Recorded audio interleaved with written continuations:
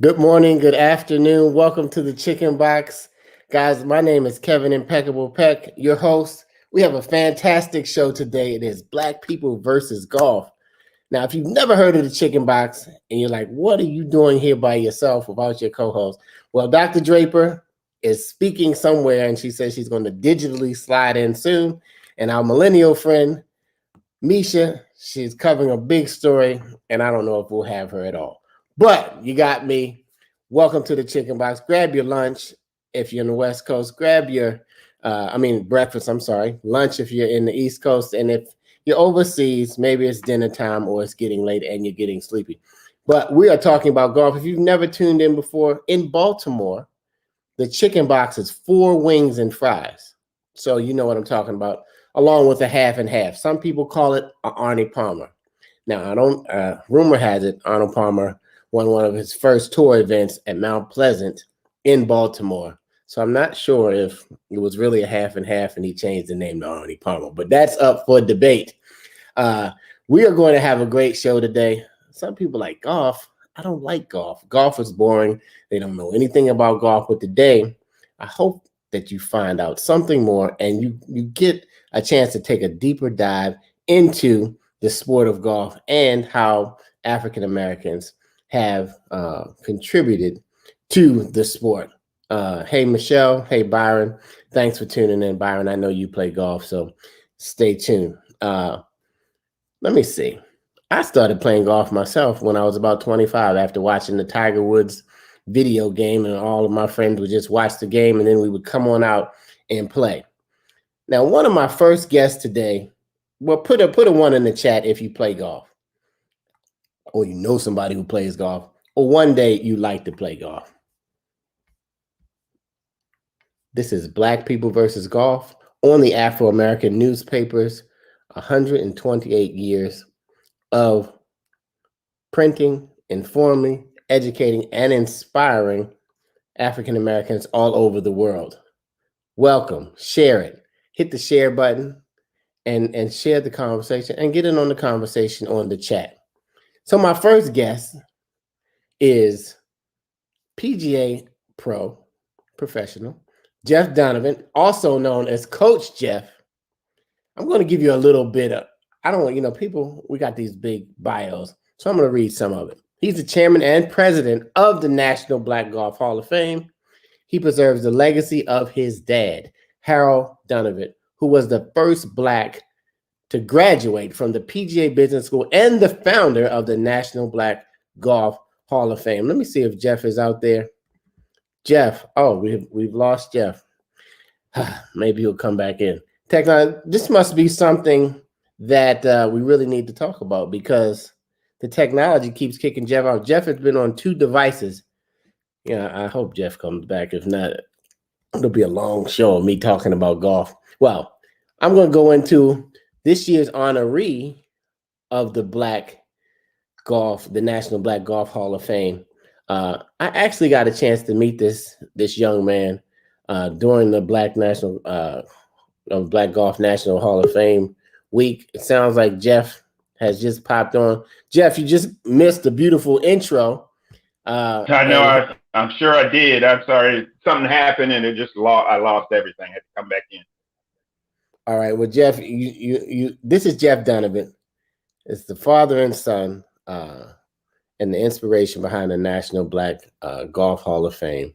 And we welcome you to the Chicken Box. Jeff, how are you today? Terrific, Kevin. Thanks for having me on today.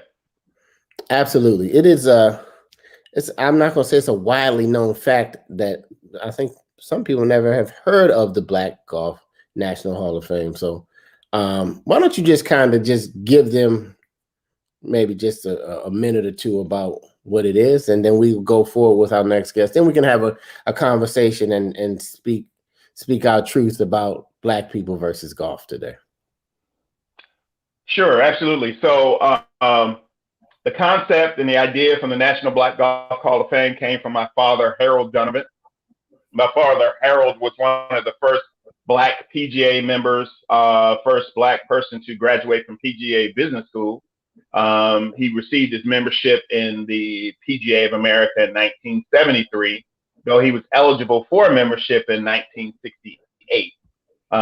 Golf, just a little golf history. I don't know if your viewers know, but golf was the one sport, the one and only sport that had it written in their bylaws that there was a Caucasian only clause. So that clause said that you had to be of Caucasian descent in order to be a member of the PGA of America. That was rescinded in 1961. So that allowed my father and others to receive their membership. But even at that point, there was a requirement still that you had to have 5 other PGA golf professionals sign off once you completed all the processes to become a member. So it took my dad from 1968 until 1973 to find 5 signatures or find 5 individuals that were willing to sign for him.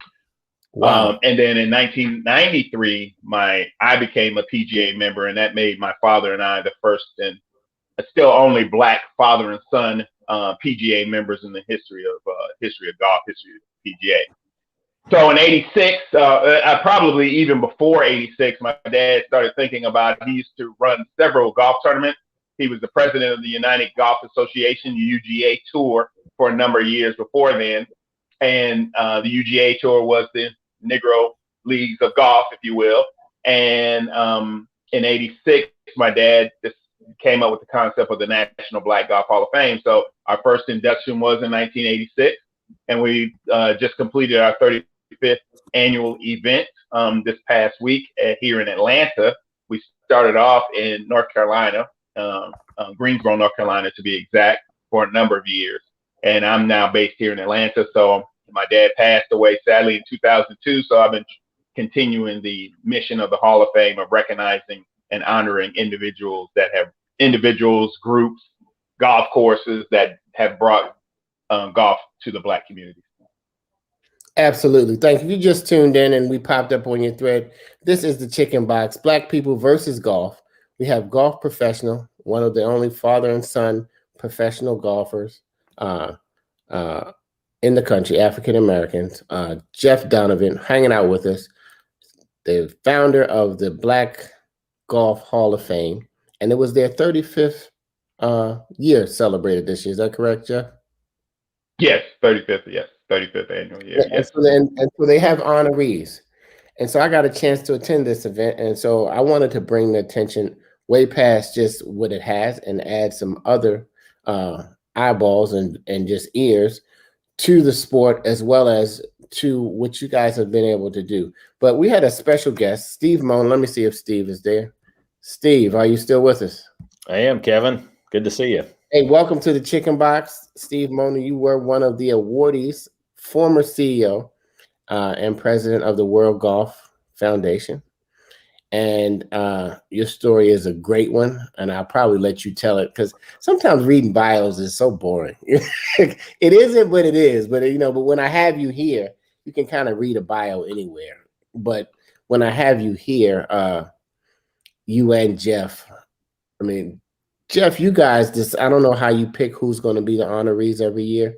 Maybe after Steve just says what he formerly does, because backstage he said, I'm retired now. So he's a former CEO. He has a plethora of wealth of knowledge of what he's done in the sport and the impact that he's had in diversity of the game. And we welcome you to the Chicken Box. And Steve, it was a pleasure to play golf with you too, as well. Likewise, Kevin. Enjoyed that. I'll just give you a quick background, as I think is relevant to the viewers of our session today. So I spent 40 years in the golf industry. 35 of those years, I was chief executive of 3 different organizations. One, the Georgia State Golf Association, which was headquartered or is still headquartered in Atlanta. And while there, we did 2 things of note. We brought women into the Georgia State Golf Association for the first time. Now, keep in mind, this was in the early to mid 80s, so many years ago. And then the second thing we did was we opened the Georgia State Golf Association to public courses, because prior to that, it was only open to private courses or private clubs and men only. So we took it and opened it up to both genders and to all types of facilities. After that, I was there for 10 years. I joined the Golf Course Superintendents Association of America. They're headquartered outside of Kansas City, as its CEO. And while there, we put in place 2 different diversity initiatives, one at a staff level. We had about 120 people on the staff there. And so we sought to create greater diversity and inclusion at that level. And then importantly, also at the profession level. There were at that time about 20,000 members of the Golf Course Superintendents Association of America. And we created a diversity and inclusion effort while there. And in the past 11 or 12 years, I was CEO of the World Golf Foundation in St. Augustine, Florida. And 2 things of note. One was with a lot of help and a lot of people's involvement, we created an exhibit inside the World Golf Hall of Fame called Honoring the Legacy, a tribute to African Americans and golf. And so that opened to great fanfare, and that is still part of the World Golf Hall of Fame on a permanent basis. Then in addition to that, we created an industry-wide diversity, equity, and inclusion effort, which included playing the game, so bringing more diversity to the game, those of us who play, like the 3 of us, but then also the business of golf. There are about 2 million people whose careers are either directly or indirectly related to golf, and we wanted to create greater diversity and inclusion in the game. So that's probably what's most relevant to today's conversation, Kevin. Absolutely. So welcome to the Chicken Box. If you just popped in, we are talking about Black people versus golf. We're talking about some history that could have been left off, that probably was left off, that has now been chronicled. And we're talking about awareness to the sport and also the contributions that African Americans have made. And this is an $84 billion or plus industry, you guys. Let me say it again. It's 84 billion with a B. I don't know the percentage of the business side, Steve, and maybe you do, Jeff, that African Americans participate. I'm talking about from the clubs to the balls to the shoes to all of the positions to that involved in the industry. But it is a vast industry that has a lot of money, and it's been a long time since inclusion. So, Steve, I thank you for your efforts, and Jeff, I thank you. Well, let me just call you Coach Jeff, because he even gave me a lesson, y'all. I paid him. You know, you got to pay for lessons, and people just want to start out and play golf. It's good to get the fundamentals down packed, and a lot of times you're like, it looks so boring, but as soon as you get out there with nature and play, and you get a chance to really have a fun day with some people you like or you don't like, or you don't know you like them until you get a chance to spend a couple hours on the golf course, you'll find out that it's a rather enjoyable sport and yet challenging sport as well. So, Jeff, we're going to go back to the Black National Golf Hall of Fame. Your dad started this. What did he ever say what his dream was, or what his experience was since he was one of the first, or the first Black golf professional? Well, I mean, as you can he had the same experiences that Charlie Sifford and Lee Elder and those individuals experienced with golf. You know, of course, he learned to play as a caddy in Winston-Salem, North Carolina. And they got an opportunity. A few of the members would give him golf clubs. They couldn't play the golf course, but they would give him golf clubs and balls. And so my dad and his friends learned to strike the golf ball in train yards along in Winston-Salem, North Carolina. So that's how he began to play the game. And you know, he just as he moved on and moved forward through the game, my dad was an athlete. He played college football and then played a couple of seasons on the farm team for the Globetrotters. But he knew his passion was always for the sport of golf.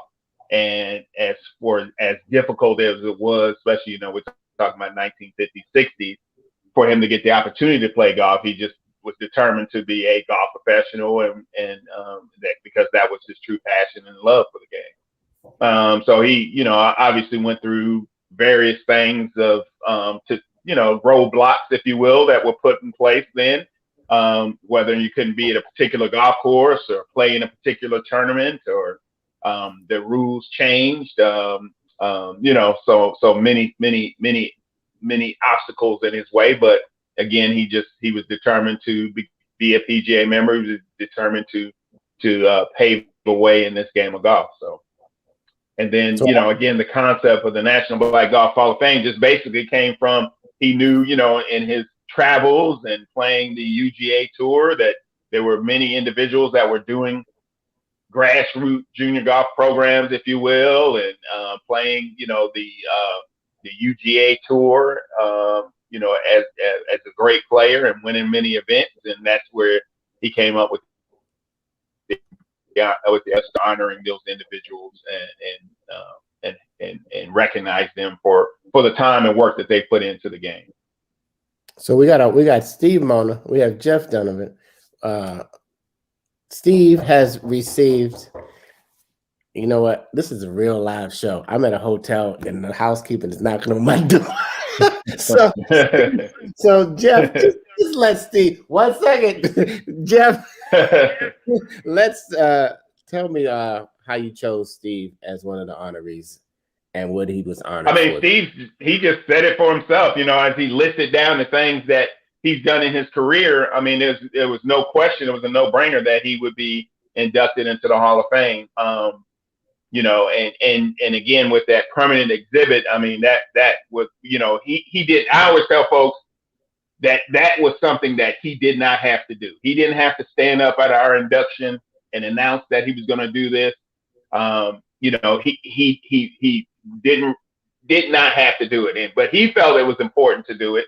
And I'm so appreciative of the fact that he did, and that he was the individual in the decision-making role to do it, because it could have been done in the past. And so thank you to Steve. Thank you, Steve, for doing that, and the many other things that you've done along in your career. Because, I mean, just like you said, with the Georgia State Golf Association and bringing in women for the first time, you know what I mean? So it shows he has a passion for creating diversity within this game, and that he feels, and he 100% feels that this game should not be exclusionary at all, and that everybody should get an opportunity to play this game. So without a doubt, he earned the right to be in the National Black Golf Hall of Fame.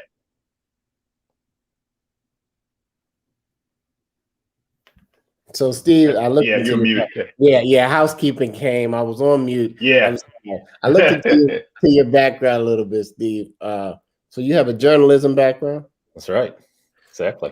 So I mean, we have 128 years of archives here at the Afro-American newspaper. So I know the journalism, or the journalists in you, really, I guess sparked you to really want to just know more about the history. Have you guys been able to chronicle that history and capture it?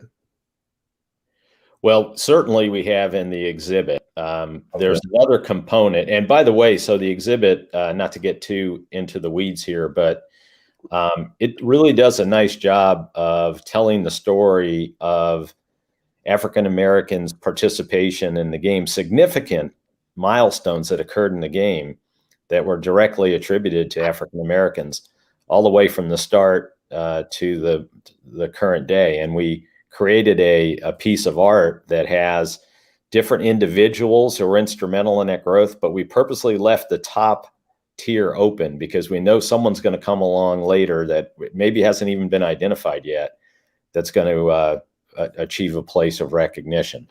So that's the exhibit. We also have at the World Golf Hall of Fame, there is a library function too. So we capture archives and historical information, and that's been around for a number of years. So the legacy of African Americans' participation in golf is also captured that way.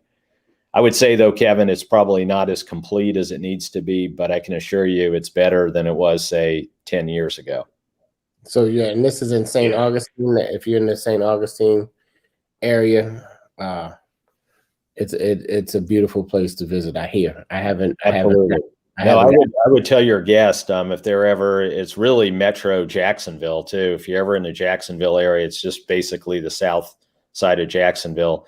It's right on I-95, World Golf Hall of Fame. Please visit it. You will not be disappointed. In fact, I think you'll be I hate to use the word overwhelmed, but you'll be moved by what you see there. I'll put it to you that way. Absolutely. Yeah, I totally agree with Steve on that, because it is just moving and it is overwhelming. There's a lot going on there, not just in the exhibit, but in the World Golf Hall of Fame itself. But to have that exhibit there, I would tell all your listeners, all your viewers, if you that are golfers in particular, this is something you really want to see. So you got the World Golf Hall of Fame, and then you have a carved out. Is it a exhibit? Is it a building? Is it a explain what you were able to develop, Steve? Give us a visual. So within the Hall of Fame, and keep in mind, it's a big building. It's about 75,000 Right. feet. Okay, so Did you say 75,000? I did. Now that's everything. Okay, that's a movie theater. We have an IMAX theater. We have a gift shop. We have a little restaurant. It's everything. Okay, so it's not just the museum, but the museum is spread out over 2 stories, and it basically tells the history of the golf from the beginning until the modern day.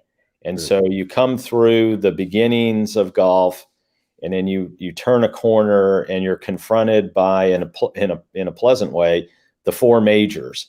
So the Masters, the US Open, the PGA Championship, and the Open Championship. And there's a really wonderful exhibit. And right across the hall from it, literally, is the Preserving the Legacy, a tribute to African Americans in golf, right across from the 4 majors. So it's in a great location, and that's how it sits within the Hall of Fame. The Hall of Fame is there, and the Hall of Fame, we just celebrated the 35th annual Black Golf National. I'm just gonna start saying them. That's right, National Black Golf Hall of Fame. Put all those letters together, because it's a lot of words, but it's very important. But let's get into let's say the elephant in the room. Okay, black people versus golf. How many PGA professionals are there? And maybe you might want to educate them, Jeff, on what, because they said your dad was the first graduate from golf school, right? Business school. Business school, yeah. So business school. So the total education about golf and golf, PGA golf professionals.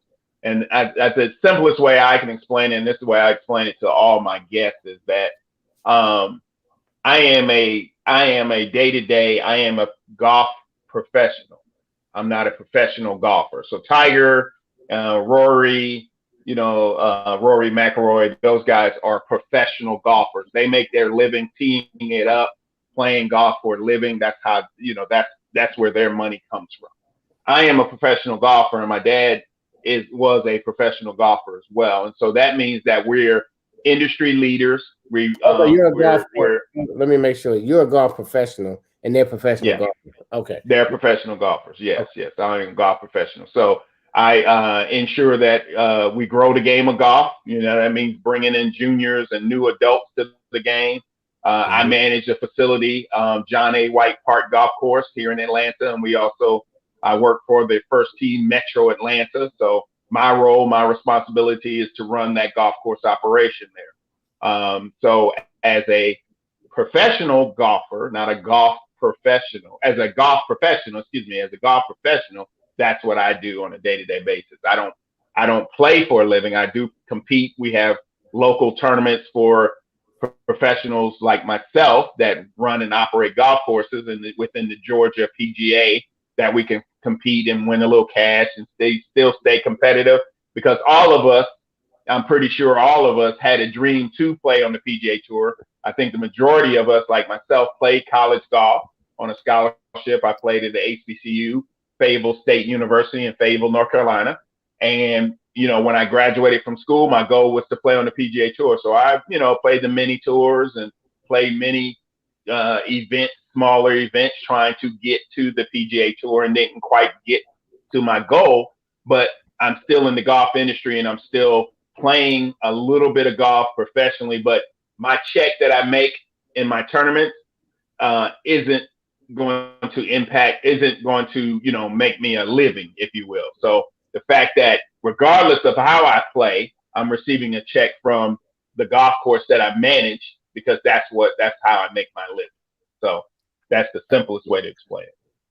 All right. So for those who didn't know it before, it's either a professional golfer and you tee it up and we see them on television, or you're a golf professional, but you work behind the scenes, not only managing courses as golf pros, assistant pros, teaching pros, as well as Steve. Would it be considered a golf professional if you're working in the golf industry, like for like Titleist or? Yes, yes. It'd be you get both. So let me just distinguish between the two. So there are golf professionals that work outside of golf clubs. So like you mentioned, there are people who work for equipment manufacturers. You mentioned Titleist, there's TaylorMade, Callaway, Ping, etc. And you can be a golf professional and work in that setting. But I will say the majority, and remember I mentioned that number, 2 million people, that's direct and indirectly influenced by golf from an employment perspective. The vast, vast majority of them are not golf professionals. They're people like myself. I work, and I'm still actually in the golf industry 43 years later now. And there are many people like that who make their living from the game. So there are people. So let me just give you just a quick breakdown of ways that you can make a living from the game. And these are all open to people of all colors and creeds and walks of life. But you can work for the associations, the major associations. So whether that's the PGA Tour, the LPGA Tour, the USGA, PGA of America, etc. You can work on the golf course, but not as a golf professional. You can be a golf course superintendent or work on his or her crew. You can be a club manager or work on his or her team. In addition to that, there are a number of different companies that provide goods and products to the industry. We already mentioned the equipment manufacturers. There are turf grass manufacturers. Then there are management companies that manage the athletes and the events that take place. And that's another thing. There are a couple hundred professional golf events that take place every year across all the tours. Those are managed by people. Most of them are not golf professionals. So lots of different jobs. The media that covers golf, for instance, the golf magazines, the Golf Digest, the Golf Channel. So there's many, many jobs. So I'll just stop by saying this, Kevin, on this subject, that most people, and I was one of them 40 some odd years ago, I didn't realize you could make a career in golf if you couldn't play. I thought you had to play the tour or be a club pro, and that was it. But it turns out that's not true at all. So to your viewers and listeners, there's a lot of opportunity there. So I would just, and even if you're not a golfer at all, you can work for the USGA and be an IT professional or an HR professional or a CPA. So you don't have to understand the game, really. It helps, but it's not a prerequisite. So I would commend that to your viewers, that there are great careers in the business of golf. It's great careers. Yeah. And to add to that also, a great example is my wife. My wife was in high school. She drove a beverage cart at a golf course in Dallas, Texas. And fast forward, there was a golf course here in Atlanta that was looking for a management company to manage the golf course. And she had no golf background other than she drove the beverage cart. She may have hit a few balls here and there, so on and so forth, but by no means a golf professional or had a passion for golf. Anyway, someone had mentioned to her that this golf course, or DeKalb County here in Atlanta, was looking for somebody to manage the golf course. She sent in an RFP for the golf course and got the RFP. So she became the manager of that facility. Then what she did after she became the manager, then she hired the golf professional to run the golf operation. And then she hired the superintendent to run the maintenance of the golf course. So that's an example of not even being a golfer, if you will, and making a living in the golf industry. She since closed her management company. She had it for 13 years.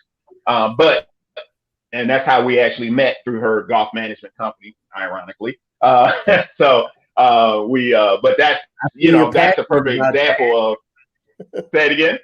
I see you're very passionate. I thought this was a love story, guys. But it turns out I'm right. I was like, that was my next question. Is that where you guys met, on the golf course? Yeah. Now, actually, it's a little. Yeah, the golf course was basically But I actually met her at a Publix, and she had on a pink hat. And, you know, it's so rare that you see a black woman with a pink golf hat at Publix. So, you know, from there, we talked, and then I found out she managed the golf course, so on and so forth, and the rest of the history. But yeah, so, you know, like, again, she was a beverage cart driver, which means she sold the drinks to the golfers as they rode around the, you know, played the golf course, and she would give them snacks and so on and so forth. But she saw an opportunity to manage and own her own business, and she took the shot and got the opportunity. So, as Steve said, there's many ways that you can be in this industry, and there's so many different opportunities for individuals, regardless of your skill level of the game. You don't have to be a golf professional. You don't even, you know, you don't even have to be a golfer, but there's opportunities for those individuals. And Kevin, if I could just jump on top, I know we're monopolizing. No, listen, this is the Chicken Box. Yeah. A lot of people don't know about golf, so go right ahead. And I wanted to build on what Jeff just said, which I know he built on what I said, but right now in the golf industry, virtually all the major organizations are focused like a laser on increasing diversity, equity, and inclusion within their organization and within their membership. And so it is absolutely, and like I said, I've been in the golf industry for 43 years now. This is the best time in the last 43 years for somebody who is not a white male to pursue a career in the golf industry. I guess that's the simplest way for me to put it. Hey, you said it. Yeah. We were thinking it. Yeah. Let me see. Wesley Wood. Let me see. Are there any? Let me see what you said. Are there any plans to find a corporation to fund the travel exhibit from the National Black Golf Hall of Fame, especially in the cities with Topgolf and other related attractions, in order to build more interest in the sport among African Americans? Anybody want to take on that? Wesley? Well, I will say that, yeah, that is in the plans for us with the National Black Golf Hall of Fame. That's something that we're definitely looking to do, and looking for a company to fund that. So that's definitely in the plans for sure. And I you know, I know Steve, the World Golf Hall of Fame, did have an idea of a travel exhibit as well, correct? That's right. For the exhibit that we created, we did have plans to take that on the road. For some various reasons, it didn't materialize, but it's still something. I'm not there anymore, but I know those plans still exist. Absolutely. If you just tuned in, this is Black People versus Golf. We have our special guest, PGA Pro Jeff Donovan, and former CEO of the World Golf Foundation, Steve Mona, who I haven't got a chance to get beat up by Jeff, but Steve was on my team. So we were allies when we just played in this 35th annual event in Atlanta, Georgia. But let's get down to it. I heard you say, Jeff, that you wanted to play on tour. And I know some other pro golfers who didn't have the money to keep up with whatever they had to do to try to make all of the events as well. And then when you go to the golf professional, not the professional golfer, out of, well, which we say are the professional golfers, it's about what, 22,000 or something like that? Am I close? 26,000 PGA professionals. PGA professionals. And currently, there are, the last number I saw, about 84 Black PGA professionals out of that 26,000. Is that, and 184 total that are either professional or what we call an associate, which means they're working toward their PGA membership. What do you think? Do you think it's the lack of interest? What do you think? Why that number is so low? Say that again. I said, why do you think that number is so low?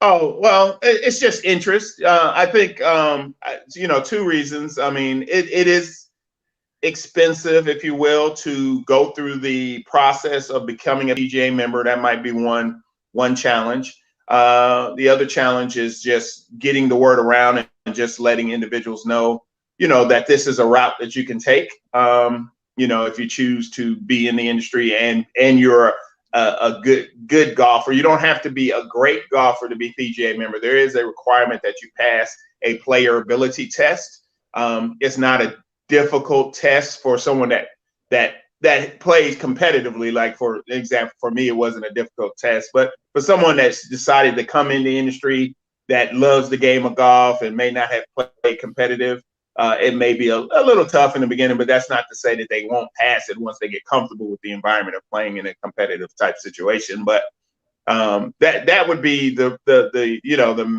main holdups is just that if you don't see a lot of individuals that look like you, then you feel like that's not an opportunity for you, unfortunately. And that's why that's one of the reasons why this number does have to increase, because we need to make individuals, kids, adults aware that there's an opportunity for you. And I feel like, as a Black PGA professional, when individuals see me, that helps them to understand that or realize that this is something that they can do. Not unlike what we all said when President Obama became the president. Hey, every Black boy and girl can now say, hey, I have an opportunity to be president or vice president now with Kamala Harris. It's the same thing. It's the same thing. If you see individuals that have done it, that opens the door in your mind. I think that opens the door for more individuals that think they can do it as well. Absolutely. Now, Steve, how do you think the Black press could help? Because it's all about exposure and awareness. Because a lot of times, and we'll go into some stereotypes after you answer that question, but a lot of times, I'm having that technical difficulty again. Okay. Still here, Kevin. A lot of times, I mean, this must be an amazing topic. Just technology has been a challenge this morning. But to get the exposure and the awareness.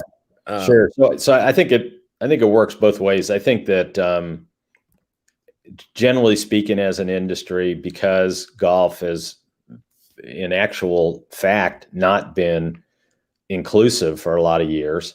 And so the perception arose and developed that this was not a game for everybody. So, just on that basis alone, I could see why Black media companies wouldn't have covered it or even been that interested in it. But as Jeff pointed out, since the early 60s, we began to take measures to become more inclusive.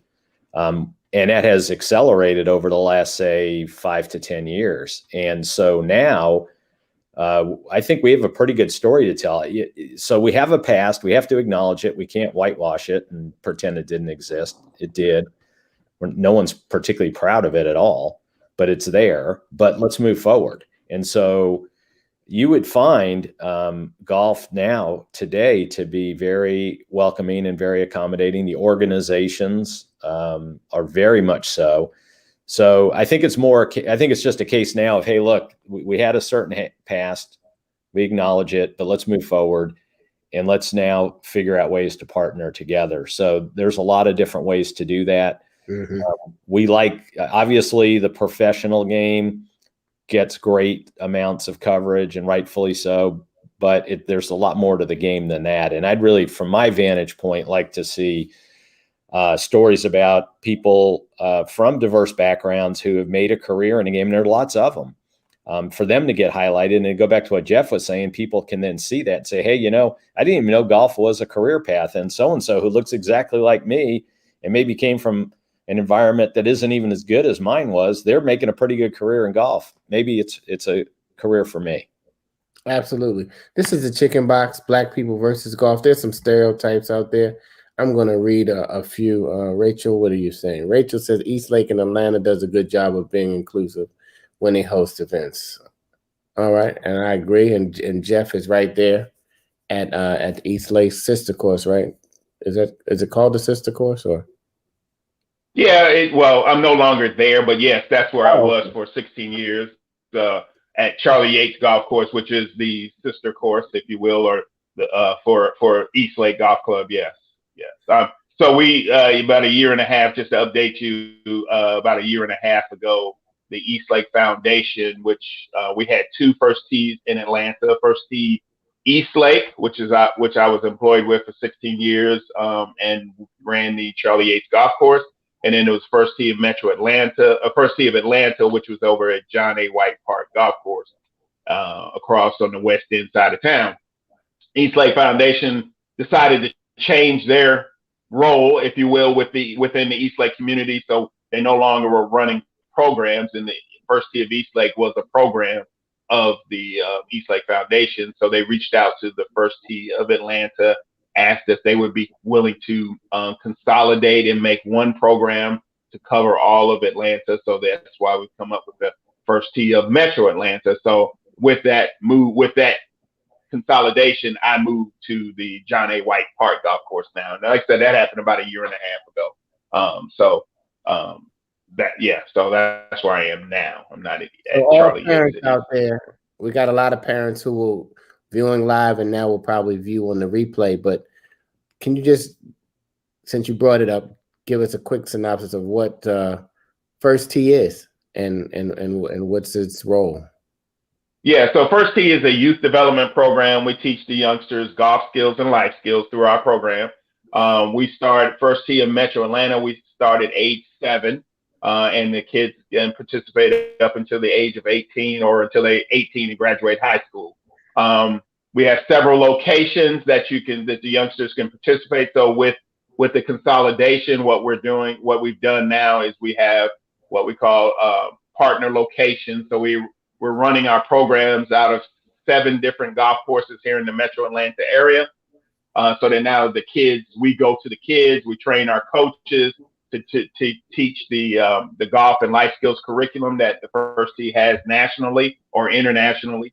And, so right now we have over 1,600 children in our program, and we're growing every day. We getting ready to start our summer programming, which sold out within 45 minutes of the registration opening, and we have a waiting list, which we open up some more classes to accommodate more youngsters, because that's the one thing we really do not want to do is turn away youngsters that are interested in being a part of our First Tee. So we've opened up some more classes, but we also have to train.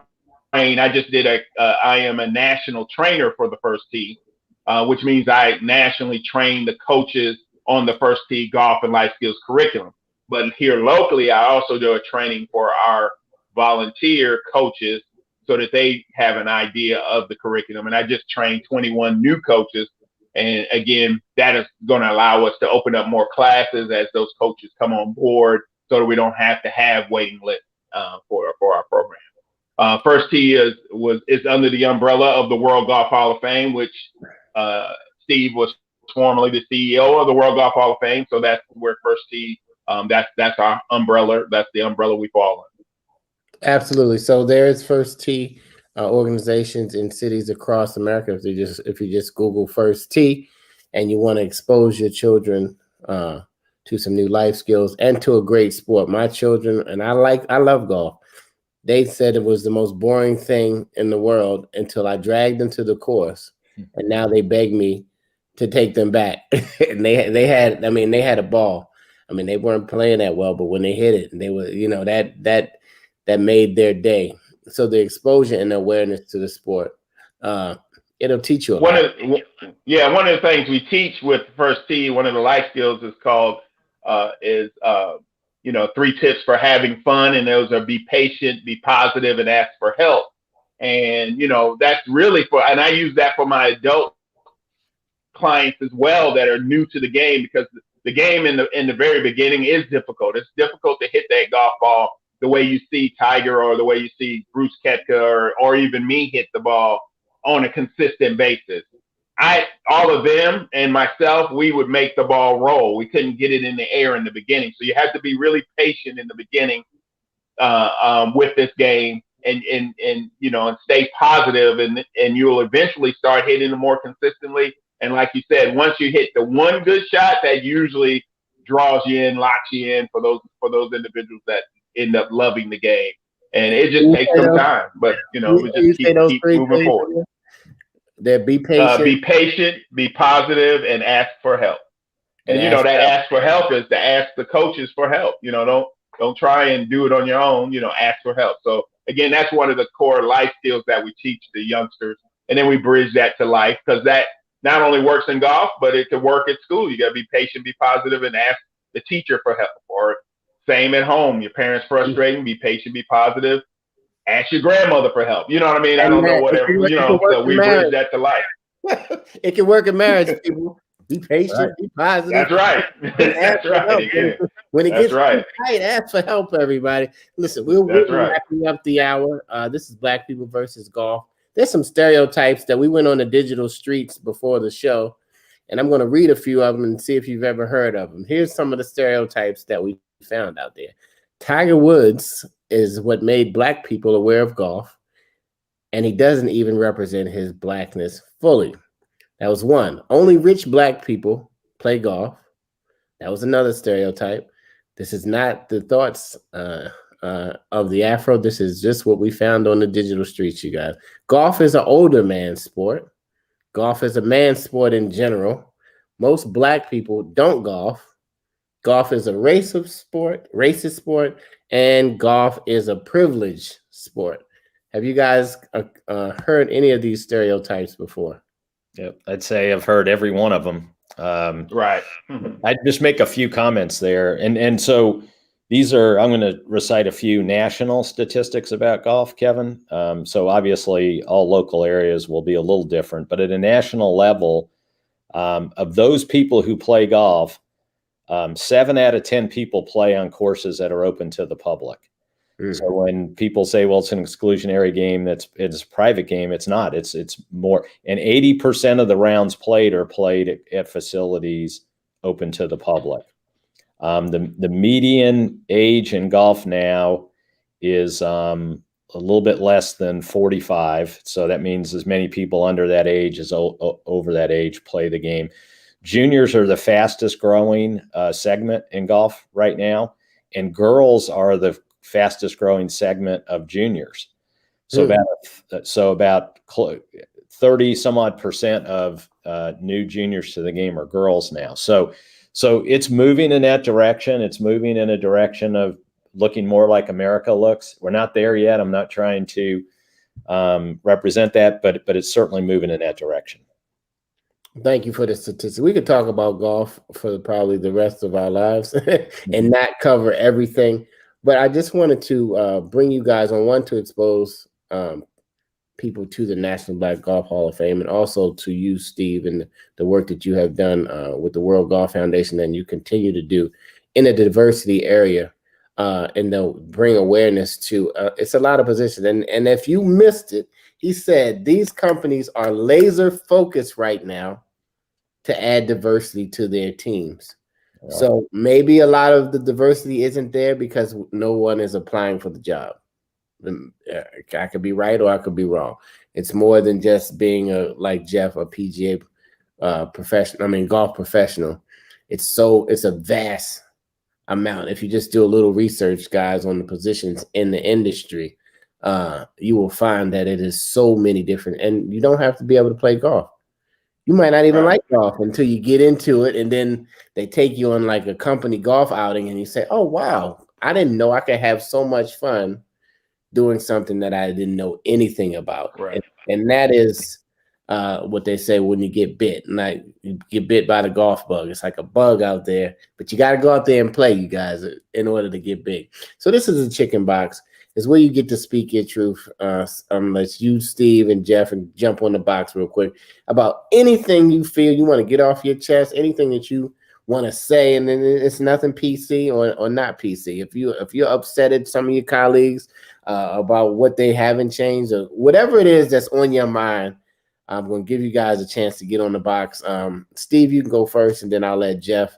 Last 30 seconds. You're on the chicken box. Just talk about anything that's on your mind, diversity in golf, what have you. Yeah, so I want to pick up on that last point you just made, Kevin, and that is so I've been in the game, like I said, 43 years. I've played it since age 12, so I'm 60, almost 4 now, so 52 years. I can count on one hand the number of people that I've met in golf that I really probably rather not spend time with. And I probably wouldn't fill up every finger on that hand. So the point here is to say that to your viewers and listeners, to get involved in the game, however you do, whether you end up playing it well or even at all, the people that you will meet in golf will be as good a group of people as you'll meet in any walk of life. Number one. And number two, for the most part, they want to help too. So you can meet a group of people, and you talk about social networks and people that can help you move through your career or just generally in life, be mentors and be friends. Golf is so rich in that. There are 25 million people who play golf in the United States, and it is a tremendous group. So I would commend your listeners, whether they like the game or not, to consider that it can be something that can really change your life. Absolutely. Thank you, Steve, again. This year's nominee of the National Black Golf Hall of Fame, 35th anniversary recipient for all the work you've done in diversity. Thank you for jumping on. And Jeff, final words. You on the box, my friend. So to piggyback on what Steve said, absolutely. I just want the listeners and viewers to know, especially those who are Black or of any color, ethnicity, that there is that opportunity within the golf industry now, and we had the past, obviously, and things are changing. There's opportunities, and as Steve said, their companies are laser focused at filling these positions with people of color. So if you go on, you could go on Indeed and all those, those head, job sites. Those companies are putting positions there as well. So if you fit that criteria, whatever they're looking for, apply for that position, because there's a lot of, as we talked about, a lot of money to be made in this golf industry. You don't have to be a golfer, but you can make a great career and have a great living playing this game, or not playing this game, being in this industry, in this industry of golf. And, and the opportunity is there. And I want to, again, thank individuals like Steve Mona, the CEO at that, and when he was the CEO, and we currently have the CEO, I've been working with Seth Waugh, who's the CEO of the PGA of America. And right. Like Steve, he's very open-minded to changing this game. And that's what we need, is those individuals in those positions that are open-minded to changing the face of this game. And Steve Mona is a perfect example of an individual that has always been in that role and has always wanted to have this game be open for everyone. And I believe the president of the current CEO of the PGA of America, Seth Waugh, is the same way. Myself and a group of other Black PGA professionals are working with Seth and the president of the PGA and the officers of the PGA to change the face of the membership of the PGA of America and open up these opportunities. So again, Steve, thank you for all that you've done and will continue to do, even in your retirement. I know you're still going to be working. Absolutely, guys. This is a chicken box, and we're just scratching the surface of Black people versus golf. We understand the history. And a lot of times you can focus only on negative things. We're moving forward in our mindset here at the Afro. We're moving forward at the PGA level, and we're moving forward just in our attraction to new ideas and new thoughts. You may have never thought about playing golf, but open yourself up. Even if you start at a Top Golf, if you go to a putt, you never know. I'm gonna tell you, I've played a lot of rounds of golf in my life. And I would say 98% of the people that you play with have a wonderful attitude. I'm talking about, we could be, I could like hip hop and they could like country music, and we could, or class, it doesn't really matter. They could be young and they can be old. Generally, any stranger that I've ever played golf with has had a great attitude.